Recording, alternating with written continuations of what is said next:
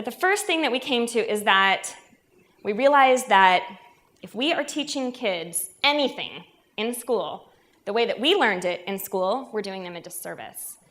Because the jobs that exist today didn't exist when I was in primary school or elementary school. And the jobs that our kids are going to have someday don't even exist yet either. And so what we want to make sure to do is think about how am I going about sharing information with them and getting them to think about it in a way that is not going to be completely obsolete by the time that they get older. So it has to be about them thinking about things in an innovative way, in a creative way, in a flexible way. This is really hard because most people that are making decisions about education right now are making decisions based on their only school experience, which was when they were a kid.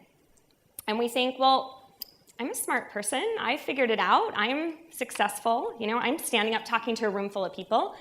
And at the same time, when I think about the way in which I learned mathematics specifically, I would have been that person that said I was terrible at math. And I can tell you that because I went to college when I was 20 years old, after being a kid who went to 17 different schools before I graduated from high school. And my parents were not criminals. I don't think. But I went to all these schools, so I don't really remember teachers, I don't really remember kids, I don't really remember being in a specific place.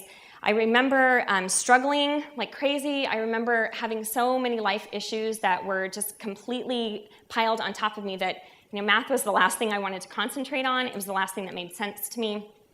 By the time I made it to high school, I graduated by the skin of my teeth, quite honestly. I mean, it was very close to dropping out of high school. But the one person that was nice to me, that I remember kind of giving me some positive attention, was my math teacher. She taught geometry and she taught algebra, and I was terrible. I mean, I was barely pulling C's or D's in that class. And I remember telling her lies. I remember telling her lies because she would recognize me for things in class if I got an answer right or if I attempted to raise my hand, and I liked how that felt. So I started to tell her lies so that she would, recognize me, tell me, oh, that was a good job. Well, when I went to college, I decided I was going to major in math, which, it's a shocker because if you get C's and D's in high school and we already know that some of the kids that are getting A's still going to college and had to take remedial courses. You can imagine what kind of decision this was. But I was in college and this professor pulled me aside and he had my grades up on his computer. It was my third time trying to take Calc 3. And he said, I don't know what you're doing here, but you are awful. You are terrible. This is not the career for you. This is not the degree for you.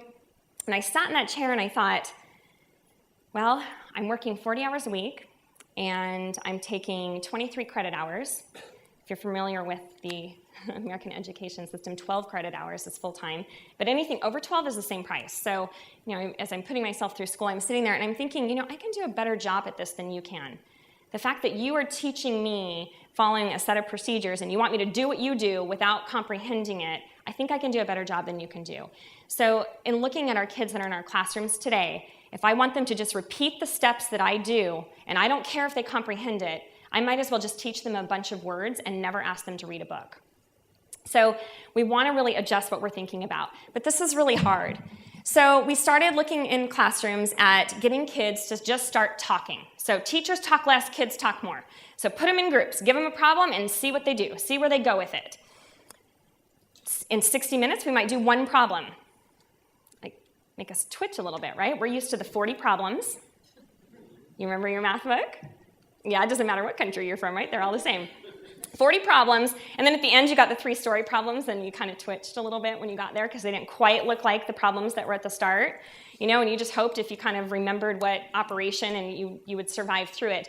Well, instead of going over procedures first and crossing our fingers and hoping they apply it, we're going to give them the story problems first, and we're going to let them hash it out. We're going to let them figure it out.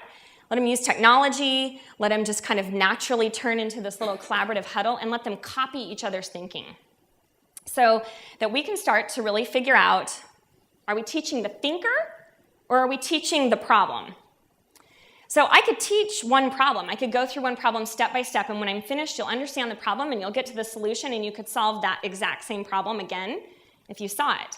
But instead, what we want to do is think about how can I teach this child how to think efficiently so that no matter what problem they're given, they can at least have an attempt or a starting place to it. Well, this is hard because they all think at a different rate. You know, I've got some over here that are thinking so fast they can't even tell you what they've done in their head. They just say, oh, I just knew it. Right? Those logical minds that it just kind of makes sense to them. Some of you are married to those people, right? Just do it my way. I can't explain why, I just know it's right. Yeah, put them in my classroom. We'll see if we can't articulate their thinking behind it, right? Be a good time. We'll have a sign-up sheet for that at the end. So this is a harder job as a teacher, and at the same time, if I really want to see my kids grow and change, then it's hard. I mean, what we're doing is hard. So change is hard, teaching is hard, no matter which way I go about it. But I can continue to let them do their 40 problems and continue to hope that they get the story problems right and make my job a little bit easier. And I also know that that's not going to get them anywhere, just like some of us that sit in this room and kind of know, wow, I wish I'd had a chance to really comprehend what I was doing.